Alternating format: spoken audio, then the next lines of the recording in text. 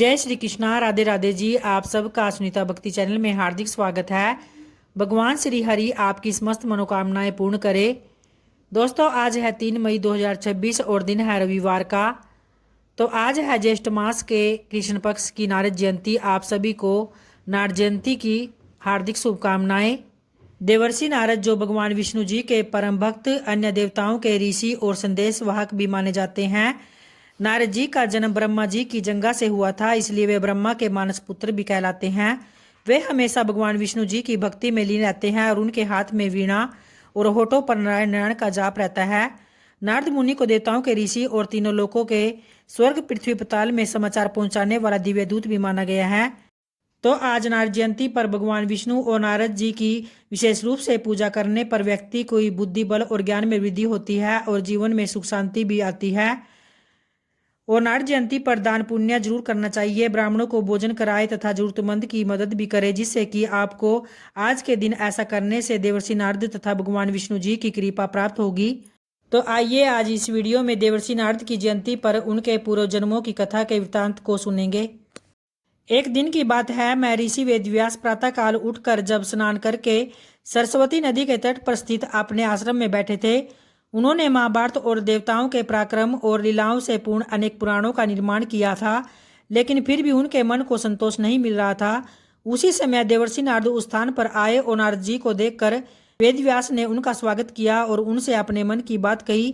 तब वेदव्यास ने कहा, देवर्षि, मैंने इतिहास स्वरूप महाभारत की रचना कर ली है, परंतु फिर भी इसकी रचना के बाद भी जिस संतोष की आशा मैंने की थी वह मुझे नहीं मिली। आप मुझे बतलाइए कि अब मैं क्या करूं। तो वेदों के सार को दर्शाने वाले इस महान ग्रंथ की रचना के बाद भी मुझे शांति नहीं मिल रही है। तब वेदव्यास जी की बातें सुनकर नारद जी ने कहा, आपने वेदों के सार स्वरूप इस महान महाभारत की रचना बहुत ही विस्तार से की है, परंतु इसमें आपने भगवान श्री कृष्ण की लीलाओं का वर्णन विस्तार से नहीं किया। भगवान अपनी लीलाओं के गुणगान से अधिक प्रसन्न होते हैं। आप ऐसे ग्रंथ की रचना कीजिए जो भगवान की भक्ति की वृद्धि कराने वाला हो। तो भक्ति के अतिरिक्त भगवान को प्रसन्न करने का कोई और मार्ग नहीं है। तब व्यास जी बोले, मैं अपने पूर्व जन्म की कथा सुनाते हूँ कि किस तरह भगवान की भक्ति से ही मुझे मनुष्य जन्म से मुक्ति मिली और भगवान का परम भक्त होने का सौभाग्य मिला।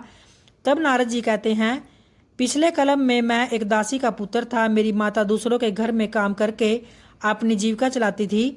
बहुत मेहनत करके मेरी माँ मेरा लालन पालन करती थी और मुझसे बहुत प्रेम करती थी। पिता न होने के कारण मुझे पालने का काम मेरी माता का ही था। एक समय की बात है, हमारे गांव में साधुओं की एक टोली आई, तो उस टोली के साथ मैं रहने लगा और उन साधुओं की सेवा करने लगा। दिन भर उनके पीछे ही घूमता रहता था। जब साधु लोग खाना खा लेते थे तो उनका बचा हुआ भोजन मैं खा लेता था। इन साधुओं के साथ रहकर मुझे भगवान की कथाओं को सुनने का अवसर मिलता था।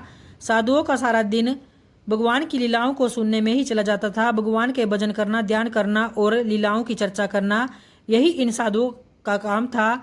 मैं भी उन साधुओं के साथ रहकर मैंने भी भगवान की लीलाओं को सुनना चाहा, भजन भी करने लगा था। व्यास जी, मेरा मन पूरी तरह से उन साधुओं की कृपा से भगवान में लग गया था। साधु संग से ही मुझ में भक्ति जागृत हो गई थी और भगवान के दर्शन से ही लालसा जागृत हुई। अब मेरा मन हमेशा भगवान की लीलाओं के चिंतन में ही लगा रहता था। तो उन साधुओं के संग से मेरा जीवन सफल हो गया।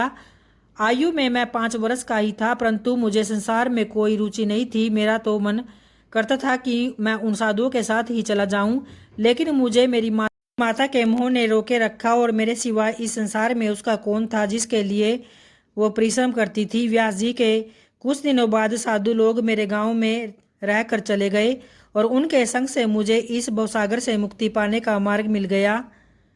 फिर व्यास जी, एक दिन की बात है, रात के समय मेरी माँ काम करके घर को लौट रही थी। तभी दैववश एक सांप ने मेरी माँ को काट लिया और उनकी मृत्यु हो गई।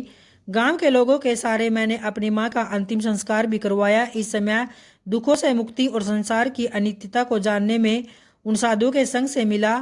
फिर उसके बाद नारद जी, भगवान की कृपा यही है ऐसा समझकर वहां से निकल पड़े और अनेक नगर ग्राम खेत पार करते हुए वह एक घोर जंगल में जा पहुंचे।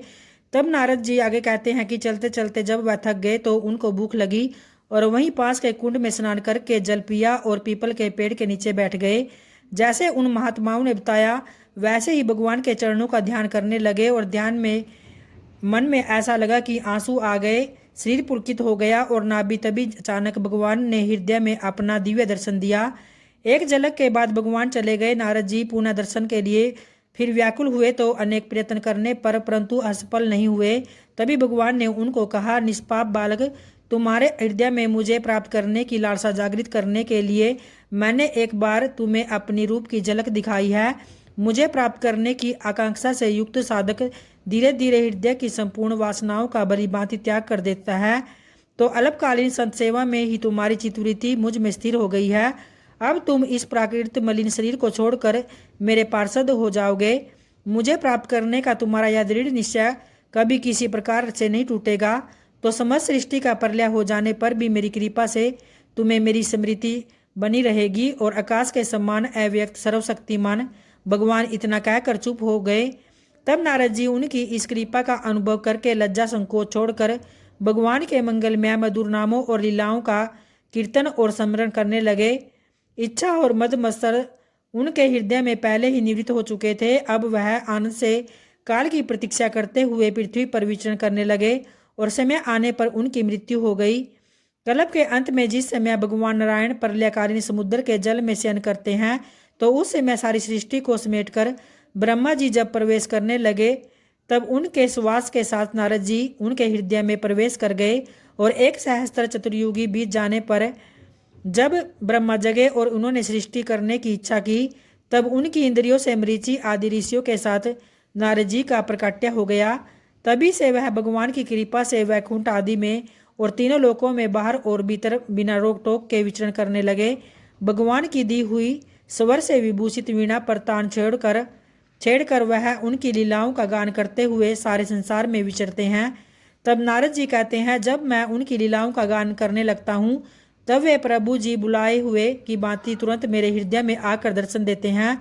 और जिन लोगों का चित्त निरंतर विष भोगों का कामनाओं से आतुर हो रहा है, उनके लिए भगवान की लीलाओं का कीर्तन संसार सागर से पार जाने का जहाज है। यह मेरा अपना अनुभव है। तो इतना कहकर नारद जी वहां से चले गए। और उसके बाद व्यास जी ने अपने मन को एकाग्र करके भक्ति की और अंत में भगवान एवं उनकी माया का दर्शन किया।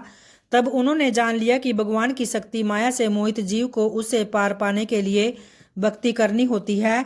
तो यही सोचकर फिर उन्होंने भागवत की रचना की, जिसके श्रवण मात्र से जीव को श्री कृष्ण का निर्मल प्रेम प्राप्त हुआ। और भागवत को आगे बढ़ाने के लिए उन्होंने अपने पुत्र सुखदेव जी को यह पढ़ाया। और फिर आगे सौनक जी सुत जी से पूछने लगे कि सुखदेव जी ने किसकी प्राप्ति की इच्छा से यह भागवत रचा है। तब सुत जी ने कहा कि जो लोग ज्ञानी हैं, जिनकी अविद्या की गांठ खुल गई है और जो सदा आत्मा में ही विचरण करते हैं, वे मुक्त सिद्ध होकर भगवान की निष्काम भक्ति किया करते हैं। क्योंकि भगवान के गुण ऐसे ही मधुर हैं जो सबको अपनी ओर खींच लेते हैं। फिर श्री सुखदेव जी तो भगवान के भक्तों के अत्यंत प्रिय और स्वयं भगवान वेदव्यास के पुत्र हैं। भगवान के ऐसे गुणों ने उनके हृदय को अपनी ओर खींच लिया है और उन्होंने उससे विवश होकर ही इस विशाल ग्रंथ का अध्ययन कर डाला है। आइए अब देवर्षि नारद जयंती पर भगवान श्री विष्णु जी की आरती को प्रारंभ करते हैं। ओम जय जगदीश हरे स्वामी, जय जगदीश हरे। भक्त जनों के संकट, दास जनों के संकट क्षण में दूर करे। ओम जय जगदीश हरे, जो ध्यावे फल पावे। दुख बिन से मन का सुख संपत्ति घर आवे। कष्ट मिटे तन का। हरिओम जय जगदीश हरे। मात पिता तुम मेरे, शरण गहूँ किसकी। तुम बिन और न दूजा, आस करूं जिसकी। हरिओम जय जगदीश हरे। तुम पूर्ण परमात्मा, तुम अंतर्यामी। स्वामी तुम अंतर्यामी। पार ब्रह्म परमेश्वर, तुम सबके स्वामी। ओम जय जगदीश हरे। तुम करुणा के सागर, तुम पालन करता। स्वामी तुम रक्षक करता। मैं मूर्ख खल कामी, कृपा करो भरता। हरिओम जय जगदीश हरे। दीन बंधु दुख हरता ठाकुर तुम मेरे, स्वामी रक्षक तुम मेरे, अपने हाथ उठाओ द्वार पड़ा तेरे। हरिओम जय जगदीश हरे, विषय विकार मिटाओ पाप हरो देवा, स्वामी कष्ट हरो देवा।